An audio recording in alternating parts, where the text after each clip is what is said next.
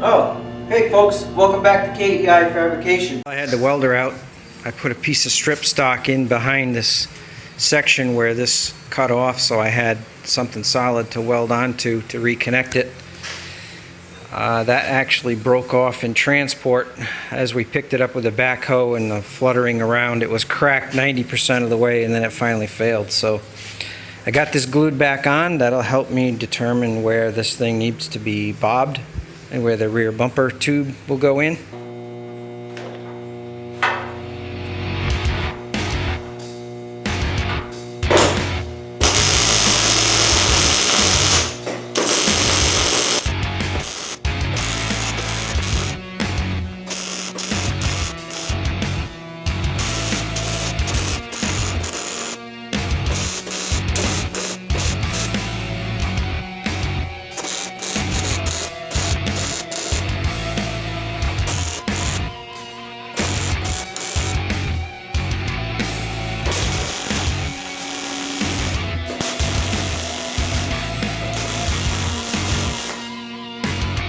I've got this rear quarter panel reattached, done some layout work for the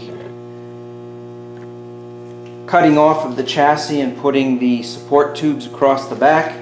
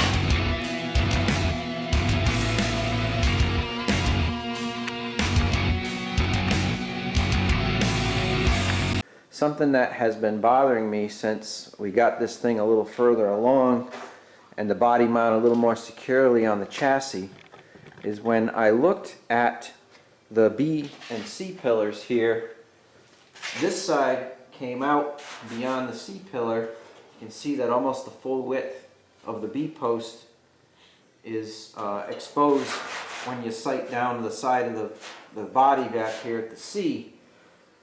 And it kind of made a nice shape here, and I think that the curvature of the window opening and the lip and the body seam here is, I have no idea if it's anywhere near close to a 39 Chevy, but aesthetically it kind of looks pretty cool. When you come over to the other side, you can see I'm working on getting that same amount of exposure when you sight down the C post to the B post. Now what I'm going to do is I'm going to throw a picture in of when this car was wrecked. You can see that this body was perfectly straight, and as a matter of fact right along this line it was like an inverted in the opposite direction than what it should have been. And it kind of bothered me, and it's something that I really didn't notice until I got the car, you know, more into shape, and I started putting the roll bars in and centering things up, and I realized that when I had put this together, this was almost perfectly straight. So I'm trying to get that slight tip out here and then follow that down to where the body is mounted down below. So I've sliced some of the reinforcing flat stock that I put in this B-post, and I'm going to go in, now that I've got tension on it, I pulled it out a little further than it needs to be, and then I'll stitch up the welds. When I let go of it, it should spring back to where it wants to be. This window opening lower rail was like this, and this whole curvature back here was all mangled too. And again, if you study the picture closely of the damage that was incurred as a result of the flying out of the track into the parking lot, this was a big mess. So I'm trying to bring that back to where it may have been prior to that happening, getting a little more of a vertical shape here and then a slight flare out to the double bead, and then the body will curve downward towards the frame rail. So, and that'll be consistent, more consistent than the other side. What was bothering me is when you walk from one side of the car to the other, especially as you look around the back, they look like two completely different cars because they're in just the wrong shape relative to each other. So again, I'm working on bringing it back so at least it's the same appearance that the other side has. Alright, I'm going to stitch those in just so I can let go of my ratchet strap that's going over to my workbench.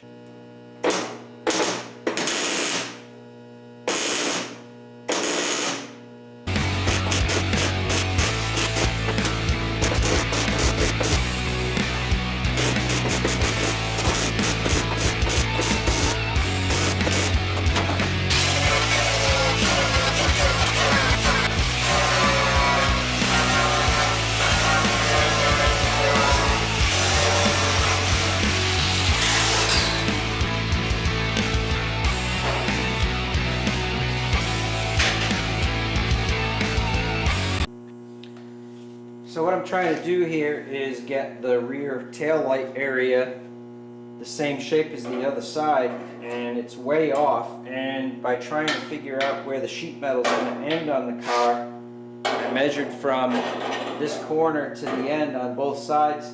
This is an inch longer, so I'm going to trim that off, and then I'll prep this edge so when I do get it in shape I can tack weld something that's going to hold it. I did a template of the other side, bent this curved piece to pull this into shape, then I'll tack weld it in, and then the object is to match the height left and right and put a piece in that'll be supported by a little piece of tubing from the frame up to that. I'm going to use box tubing, like 1x1 box tubing, to go across to close off the end of the trunk.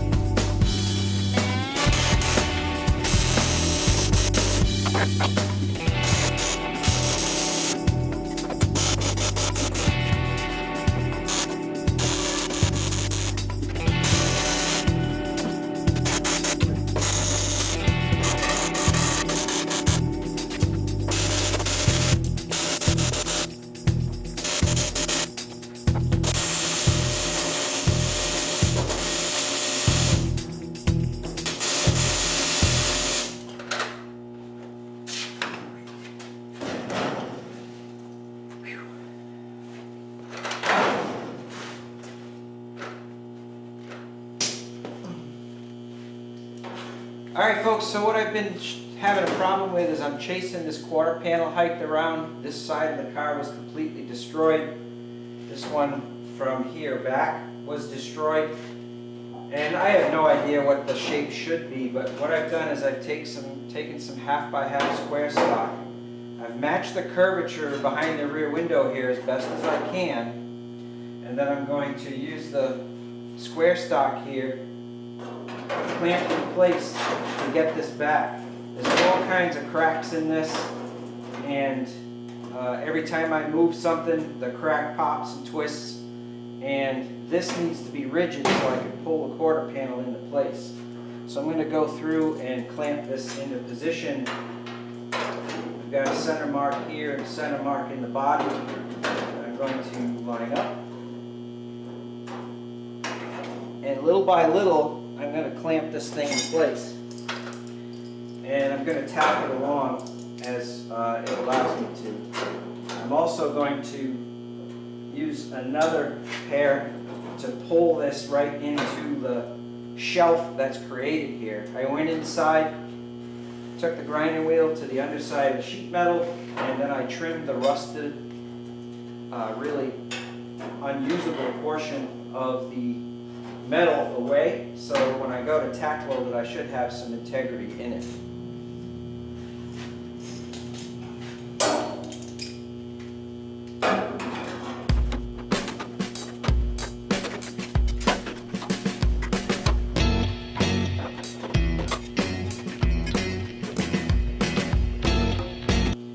Kind of see how much this body is moving around, so I'm going to get just about every clamp I have and put it in place to pull the body into shape, so the center curvature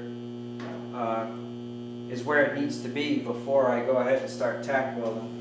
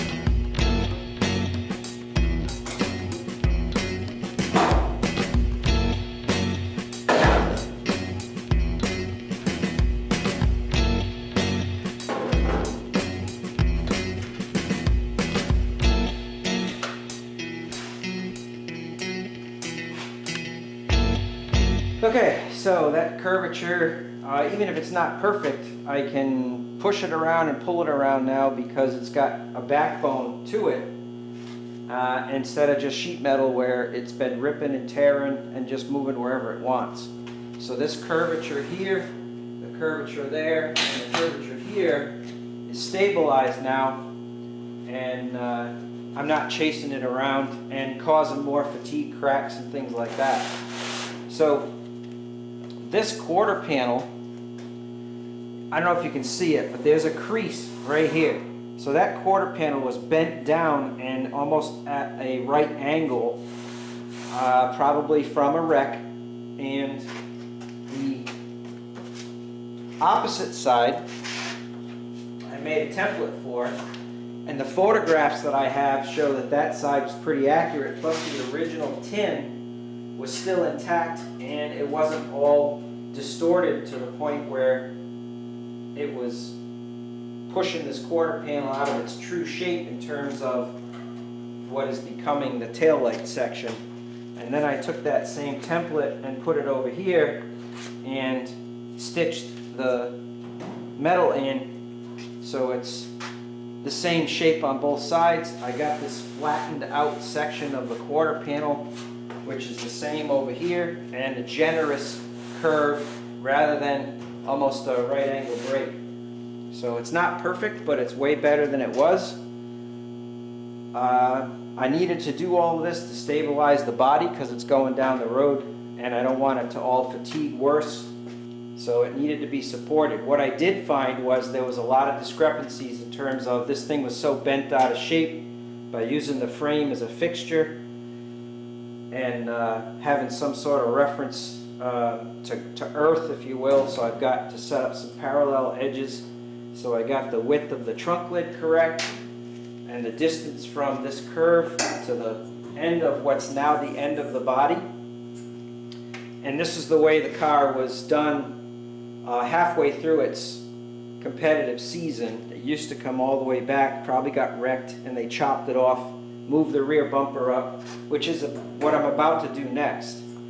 I'm going to estimate where the rear bumper was, drill a hole through both frame rails, put a solid tube all the way across with a little bit of extra because there's Nerf bars that were on it to protect the rear tire. So I got to make sure that I've got enough extra material to tie in the Nerf bars to. Too much is always better than not enough. I can trim off anything that's excess. So, whew! Alright, while all these clamps are on, I'm not looking forward to it, but I got to crawl in between that rear transmission cross member and the rear end housing itself and reach up there with a welder and put some stitches to that box tubing just to kind of tie that horizontal surface and the vertical wall of that tubing in, so it just becomes more adding stiffness and strength to the body. I've got to do that. See if I can get this cross member in. That's basically going to be the rear bumper. Oh goodness.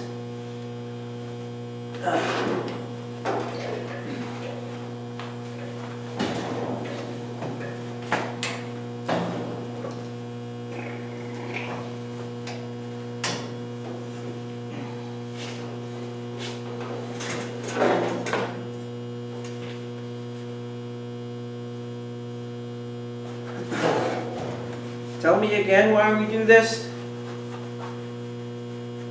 Restore an old race car, they say. It'll be fun. Ooh.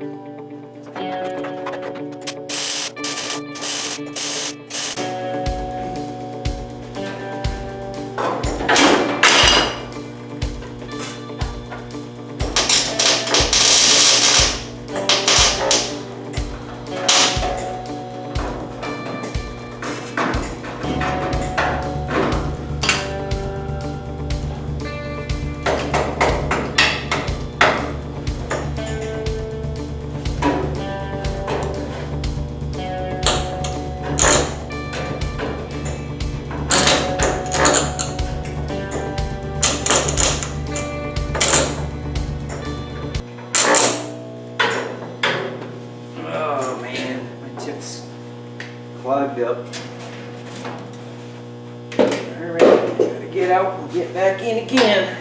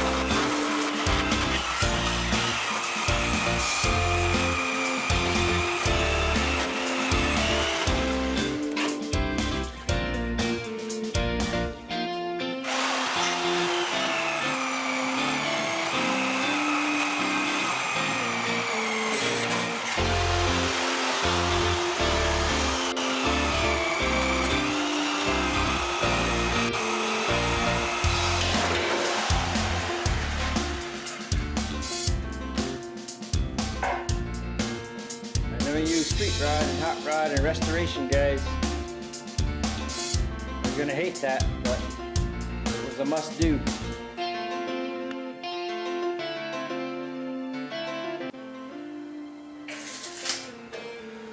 Alright folks, that's gonna be it for this one. If you're still with me, obviously you like this sort of thing. Thank you so much for following along with the rebuilding and restoration of the old number 7, otherwise known as the B&J Special.